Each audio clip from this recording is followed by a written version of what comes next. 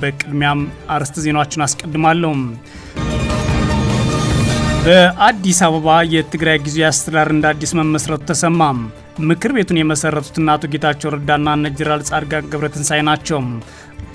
አቶ ጌታቸው ረዳ በቅርቡ ወደ መቀለ እንገባለን ሲሉ፣ ሌተናል ጀነራል ጻድቃን ገብረትንሳኤ ደግሞ በትግራይ አሁን ላይ ጦርነት ሊያስደርጉ ያሰቡ ህገወጥ ኃይሎች አሉ፣ እንታገላቸዋለን ብለዋል። በዝርዝር የምናየው ቀዳሚ ጉዳይ ነው። በአማራ ክልል ጎንደር፣ ወሎና ሸዋ የተለያዩ አካባቢዎች በአገዛዝ ጦርና ፋኖ ኃይሎች መካከል የሚደረገው ውጊያ መቀጠሉ ተሰምቷል። የብልጽግና አገዛዝ በክልሉ በርካታ አካባቢዎች ያልተቋረጠ የድሮን ስምሪት አድርጓልም ተብሏል። በተመሳሳይ በምዕራብ ኢትዮጵያ አገዛዙ ጦርና ታጣቂዎች መካከል ለተከታታይ ቀናት በቀጠለው ውጊያም በርካታ ሰላማዊ ሰዎች መገደላቸውን የመረጃ ምንጮቻችን ተናግረዋል። በዝርዝር የምናየው ሌላኛው ጉዳይ ነው። አገዛዙ በቢሸፍቱ የተቃውሞ ሰልፍ ያደረጉ የጦር ሰራዊቱ አባላት ማሰሩ ተሰማ። የአገዛዙ ጦር ሰራዊት በመሬት ክፍያና በጥቅማ ጥቅም ጥያቄ ሰልፍ በወጡ የአካል ጉዳተኞች የቀድሞ አባላቱ ላይ በሕግ እንደሚጠይቅ ማስጠንቀቁ ተከትሎም አሁን ላይ በርካቶች ታስረዋል። ሜጀር ጀነራል እንዳልካቸው ወልደ ኪዳን በገፊዎችና በቀስቃሾች ሌላ ዓላማ ከኋላቸው በተሰለፉ ኃይሎች ሰልፍ ወጥተዋል ሲሉ ወንጅሏቸዋል። በዝርዝር የምናየው ሌላኛው ጉዳይ ነው። ቀይ ባህር ላይ የሚደረግ የትራንስፖርት እንቅስቃሴና የወደብ ትስስርን የተመለከተ ስምምነት የተፈራረሙት ግብጽና ኤርትራ የቀይ ባህር ጉዳይ የሚመለከተው የቀይ ባህር ጠረፍ ሀገራትን ብቻ እንደሆነ ገልጸዋል። በአስመራ የተደረገው ይህ ስምምነት በአሁኑ ሰዓት በቀጠናው ላይ ያለውን ጦርነትና ሊካሄድ የታሰቡ ግጭቶችን መሰረት ያደረገም ነው ተብሏል። ዝርዝሩን ትሰሙታላችሁ። የአሜሪካው ፕሬዝዳንት ትራምፕ ኢራን ላይ ሊወሰዱ ስለሚችሉ ወታደራዊ አማራጮች በሲቹዌሽን ሩም ሊሰበሰቡ መሆኑ ተሰምቷል። ኢራን ደግሞ ኢራን የሚማበልጸግ መብቷ ላይ እንደማትደራድር ወይም ከአቋሟ ፈቀቅ እንደማትል ገልጻለች። በሌላ በኩል የአሜሪካ አጋር የሆነችው እስራኤል ከኢራን ጋር ለሚደረግ ሌላ ዙር ጦርነት እየተዘጋጀች መሆኑ ተሰምቷል። በአዲስ አበባ ከተማ የትግራይ ጊዜያዊ አስተዳደር ምክር ቤት መመስረቱ እያነጋገረ ነው። ምክር ቤቱን የመሰረቱት አቶ ጌታቸው ረዳና ጀነራል ጻድቃን ገብረትንሳኤ ናቸው። ህወሓትን የሚመሩት ዶክተር ደብረጽዮን ገብረ ሚካኤል የጊዜያዊ አስተዳደር ፕሬዝዳንት ተደርገው በአብይ አህመድ የተሾሙትን ሌተናል ጀነራል ታደሰ ወረደን ከስልጣን አውርደው አሮጌ ምክር ቤታቸውን ወደ አዳራሽ መልሰው በፕሬዝዳንትነት ተሹመው ክልሉን መቆጣጠራቸው አነጋጋሪ ነው። በቀጠለበት ሁኔታ እነሱን ለመተካት ያለመ ሌላ አስተዳደር በአዲስ አበባ እየተመሰረተ ነው። በትግራይ ክልል የተፈጠረው የፖለቲካ ትርምስ ተከትሎ ነገሮች በፍጥነት እየተለዋወጡ ሲሆኑ በመከፋፈላቸውና ስልጣን እንደ ግብ በመቁጠራቸው ፖለቲከኞችና ወታደራዊ አመራሮች አሁንም በተለያዩ ጎራዎች ተሰልፈው እየተራጁ ይገኛሉ። ከነዚህ ጎራዎች መካከል በጀነራል ጻድቃን የሚመራው አንዱ ጎራ ሲሆን በአቶ ጌታቸው ረዳ የሚመራው ደግሞ ሌላ ጎራ አዲስ አበባ ላይ በአንድ አዳራሽ ሲነጋገሩና ሲወያዩ የጊዜያዊ አስተዳደር ምክር ቤትም ሲመሰርቱ ታይተዋል። ትግራይን ለመያዝና ለማስተዳደር ዋና ዓላማ ያደረገ ነው የተባለው ይህ ቡድን በትላንትናው ዕለት ጊዜያዊ ምክር ቤቱን በይፋ መሰረቱና ሌሎች አጋሮችን ማካተቱን አስታውቋል።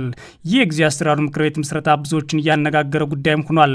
ስምረት፣ ባይቶናና አረና ትግራይ፣ ትንሳኤ ሰባ እንደርታና ቃንጭ ሀቂ የተባሉ 5 የፖለቲካ ፓርቲዎች እንዲሁም በአፋር ክልል የሚንቀሳቀሱ የሀራ መሬት ተዋጊ ወታደራዊ ክንፍን በማድረግ በአዲስ አበባ የተቋቋመው አዲሱ የትግራይ ሰላምና ለውጥ ምክር ቤት ትላንት ግንቦት 9 ቀን 2018 ዓ.ም በይፋ የተመሰረተ ሲሆን የምስረታ ጉባኤውን የተሰኘውን ጉባኤውን ትላንት አካሂዷል። አስቀድሞ የሀራ መሬት ኃይሎች በአቶ ጌታቸው ረዳና ጀነራል ጻድቃን ገብረትንሳኤ ስር ሆነው በአብይ አህመድ የብልጽግና አገዛዝ ድጋፍ የሚደረግላቸው መሆኑን በመጥቀስ ክስ ሲቀርብባቸው የቆየ ቢሆንም በአቶ ጌታቸው ረዳ በኩል ግን በእኛ ስር አይደሉም፣ እንደግፋቸውም አሁን ላይ እውቅና ነው የምንሰጣቸው የሚል ምላሽ ሲሰጥ ቆይቷል። በአማራ ክልል የአማራ ህልውና ውጊያ ላይ ከአገዛዝ ጦር ጋር ተሰልፈው እየተዋጉ ነው በሚል በአፋብን ክስ ሲቀርብባቸው የነበሩት እነዚህ የትግራይ ኃይሎች አሁን ላይ በጀነራላቸው በኩል የምክር ቤቱ አባል መሆናቸውም ተነግሯል። በምክር ቤቱ ምስረታ ላይ ንግግር ያደረጉት የብልጽግናው ጠቅላይ ሚኒስትር የምስራቅ አፍሪካ ጉዳዮች አማካሪ ጌታቸው ረዳ በትግራይ ክልል ያለው ሁኔታ በአጭር ጊዜ ውስጥ መፍትሄ ሊበጅለት እንደሚገባ ሲጠቅሱ አዲሱ ምክር ቤት በአጭር ጊዜ ውስጥ ወደ መቀለ እንደሚገባም ሲናገሩ ተደምጠዋል። ክልሉን የማስተዳደር ሚናውን የሚወጣው በህዝብ የተመረጠ መንግስት እስኪመሰረት ብቻ ነው ማለት ጊዜያዊ ስልጣን ይዞ የሚቆይ ምክር ቤት መስረታቸውን ሲናገሩ ሰምተዋል። አቶ ጌታቸው ረዳ ማይረቡና ለፍስፍስ ሲሉ የገለጿቸው ዶክተር ደብረጽዮን ገብረ ሚካኤል ማስወገድና እንደሚፈልጉና ህዝቡ ስልጣኑ እንደሚቆጣጠር ነጻነቱን ሁሉ በእጁ እንደሚገኝና የህዝቡ ፍላጎትም ከነሱ ጋር እንደሆነ ሲናገሩ ተደምጠዋል። ሌላኛው በመድረኩ ላይ ንግግር ያደረጉት ሌተናል ጄኔራል ጻድቃን ገብረትንሳኤ ከህግ አሰራር ውጭ የሚደረጉ ማንኛውም የኃይል እንቅስቃሴዎች በትግራይ ህዝብ ላይ ተጨማሪ መከራና መገለል ከመጋበዝ ባለፈ የሚያመጡት አዎንታዊ ለውጥ እንደሌለ እወቁልኝ ብለዋል። ጄኔራል ጻድቃን ይህን አዲስ የተመሰረተው ምክር ቤት ለትግራይ ህዝብ አዲስ ተስፋና ተንፈሻ መድረክ ነው ሲሉም ተሰምተዋል። ምክር ቤቱ የተቋቋመ አሮጌውና የተከፋፈለ የፖለቲካ አካሄድ በመቀየር ሁሉንም የትግራይ የሀሳብ ኃይሎች የምሁራን ወጣቶችና የፖለቲካ ስብስቦችን ወደ አንድ የጋራ መድረክ ለማምጣት በማለም ነው ብለዋል።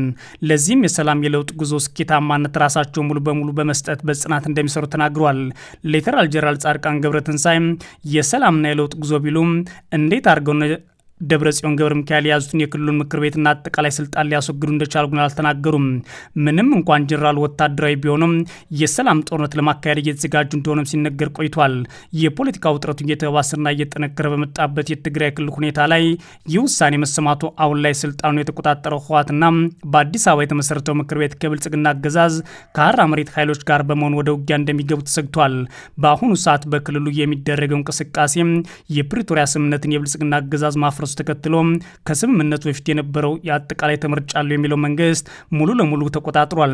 በዚህም ታዲያ ከተለያዩ የአካባቢው ኃይሎችና ከሌሎች ክልሎች ጋር ትብብሮች እየፈጠረ ሲሆን የብልጽግና አገዛዝ ሀሳቦቻችንና ጥያቄዎቻችን የማይመልስ ከሆነ የሚመጣብን ሁሉ እንመክታለን፣ የትግራይን መንግስት እናስቀጥላለን ሲሉ መናገራቸው ይታወሳል። በአማራ ክልል ጎንደር፣ ወሎና ሸዋ የተለያዩ አካባቢዎች በአገዛዝ ጦርና ፋኖ ኃይሎች መካከል ውጊያ መቀጠሉ ተሰምቷል። የብልጽግና አገዛዝ በክልሉ በርካታ አካባቢዎች ያልተቋረጠ የድሮን ስምሪት አድርጓል። በምዕራባዊ ኢትዮጵያ በአገዛዝ ጦርና በታጣቂዎች መካከል ለተከታታይ ቀናት በቀጠለው ውጊያም በርካታ ሰላማዊ ሰዎች መገደላቸውን የመረጃ ምንጮች ተናግረዋል። በዛሬው ዕለት ግንቦት 10 2018 ዓ.ም በአማራ ክልል ጎንደር ቀጠና አብናት ወረዳ ከጠዋት ጀምሮ ከባድ ውጊያ ተከፍቷል ሲሉ የኢትዮኒውስ የፋኖ የመረጃ ምንጮች ተናግረዋል። የፋኖ ኃይሎች በወረዳው ወታደራዊ ካምፕ ላይ በከፈቱት ውጊያ በርካታ የአገዛዙ ወታደሮች መገደላቸው የተሰማ ሲሆን ካምፕ ላይ የተከፈተውን ተኩስ ተከትሎ በተደረገው ውጊያ በተለይም የሚኒሻ አባላቱ ከፍተኛ ጉዳት ደርሶባቸዋል ሲሉ ነው የመረጃ ምንጮች የተናገሩት። በተያያዘም በዞኑ ጉና ቀጠና ከጋይንት ወለላ ባህር እስከ ስማዳ በጉዞ ላይ በነበረ የአገዛዙ ጦር ላይ የፋኖ ኃይሎች ድንገተኛ ውጊያ ከፍተዋል ተብሏል። ስንቅና ትጥቅ ይዞ በተሽከርካሪ ሲጓዝ የነበረው የአገዛዙ ጦር በጥቃቱ ከፍተኛ ጉዳት ደርሶበታል ያሉት የመረጃ ምንጮች ጥቃቱን ተከትሎ የአገዛዙ ጦር ሎጂስቲክስ በፋኖ ኃይሎች ተወስዷል ብሏል። በአካባቢው የአገዛዙ ጦር ላይ ተመሳሳይ ጥቃት ሲከፈት ይህ የመጀመሪያው አለመሆኑን ነው የመረጃ ምንጮቻችን ጨምሮ የተናገሩት። ባለፈው ሳምንት ውጊያ ባልተለየው የደቡብ ጎንደር ዞን በተከታታይ የድሮን ቅኝት እየተደረገ ይገኛል ያሉት የመረጃ ምንጮች በተለይም ደብረ ታቦር ዙሪያ፣ ማህደረ ማርያም፣ እስቴም፣ አንዳቤት፣ ስማዳ፣ እብናት፣ ጋይንትና ሌሎች አካባቢዎች በዛሬው ዕለት የድሮን ቅኝት መቀጠሉን ተከትሎ ነዋሪዎች ስጋት ላይ ወድቀናል ብሏል። በክልሉ በአገዛዝ ጦርና ፋኖ ኃይሎች መካከል የሚደረገው ውጊያ በወሎ ቀጠና ያቀጠለ ሲሆን ትላንት ግንቦት 9 2018 ዓ.ም በሰሜን ወሎ ዞን ሀብሮ ወረዳ ጊራና ከተማ የፋኖ ኃይሎች በከፈቱት ውጊያ ከ25 በላይ የአገዛዙ ሚኒሻ አባላት የሚሞትና የአካል ጉዳት ደርሶባቸዋል ተብሏል። በተለይም በርካቶች የተጎዱ ሲሆን በጊራና ከተማ መሃል አምባ አካባቢ በነበረው ውጊያ ነው ሲሉም የፋኖ የመረጃ ምንጮች ተናግሯል። የአገዛዙ ጦር የፋኖ ኃይሎች ውጊያ ተከትሎ ከመርሳ ከተማ ኒኒበር አቅጣጫ ከባድ መሳሪያ በመተኮስ በሰላማዊ ሰዎች ላይ ጉዳት ማድረሱም ተሰምቷል። በምዕራብ ወሎ ቀጠና ወግዲ ወረዳ 2 ወታደራዊ ካምፖች ላይ የፋኖ ኃይሎች ጥቃት ማድረሳቸውን በተመሳሳይ አስታውቀዋል። የፋኖ ኃይሎች በወግዲ ወረዳ ሸመኔ በተባለ አካባቢ በሚገኙ 2 ወታደራዊ ካምፖች ላይ በከፈቱት ጥቃት በርካታ የአገዛዙ ወታደሮች መገደላቸውን አፋብን ምኒልክ ይፋ አድርጓል። አፋብን በአገዛዙ ወታደራዊ ካምፖች ላይ በተከፈተው ጥቃት ጉዳት የደረሰባቸው የአገዛዙ ጦር አባላት 35 ናቸው ብሏል። በተመሳሳይ በክልሉ ሸዋ ቀጠና ደብረ ብርሃን ከተማ ዙሪያ ሲያደብርና ዋዩ ወረዳ ለሰዓታት በተደረገ ውጊያ ሰብአዊና ቁሳዊ ጉዳት ተመዝግቧል ሲሉ የመረጃ ምንጮች ተናግረዋል። ውጊያው የተደረገው በወረዳው ሞዬ አማን ጉልት በተባለ አካባቢ መሆኑን የመረጃ ምንጮቻችን ናቸው የተናገሩት። በተያያዝም በአገረ ማርያም ከሰም ወረዳ በአገዛዝ ጦር የአየር ወለድና ኮማንዶ እንዲሁም በፋኖ ኃይሎች መካከል ውጊያ መደረጉ ታውቋል። የፋኖ ኃይሎች በቀጠናው በቀጠለው ውጊያ 2 የአገዛዝ ጦር የአየር ወለድ ኮማንዶ አመራሮች ተቀላቅለውናል ሲሉ አስታውቀዋል። ይህ በእንዲህ እንዳለ በምዕራብ ኢትዮጵያ በአገዛዝ ጦርና በታጣቂዎች መካከል ለተከታታይ ቀናት በቀጠለው ውጊያ በርካታ ሰላማዊ ሰዎች መገደላቸውን የመረጃ ምንጮቻችን ተናግረዋል። በምዕራብ ኢትዮጵያ መተከል ዞን ዳንጉር ወረዳ በአገዛዝ ጦርና በአካባቢው በሚንቀሳቀሱ ታጣቂዎች መካከል ከግንቦት 8 2018 ዓ ም ጀምሮ ለተከታታይ ቀናት ውጊያ መቀጠሉን ነው የኢትዮኒውስ የመረጃ ምንጮች የተናገሩት። በተለይም በዳንጉር ወረዳ ጅራሲስ የተባለ አካባቢ በተደረገ ውጊያ ከፍተኛ ጉዳት ደርሷል ተብሏል። ከቀናት በፊት በቤኒሻንጉል ጉሙዝ ክልል ከሱዳን ታጥቀውና ተራሮች የመጡ ኃይሎች አሉ በሚል አገዛዙ ወታደራዊ ዘመቻ እንደሚያደርግ የመረጃ ምንጮቻችን ጠቅሰን መዘገባችን ይታወሳል። አሁን ላይ ታዲያ በክልሉ ሸርቆሌ፣ ኩርሙክና ዳንጉር በታጣቂዎችና በአገዛዝ ጦር መካከል ውጊያ ተከፍቶ ይገኛል ሲሉን የመረጃ ምንጮች የተናገሩት። በተለይም በዳንጉር ወረዳ ኦሸንክ በተባለ አካባቢ ከታጣቂዎች ጋር ግንኙነት አላችሁ በሚል የአገዛዝ ጦር ሰላማዊ ሰዎችን ገድሏል ሲሉም የመረጃ ምንጮች ተናግረዋል።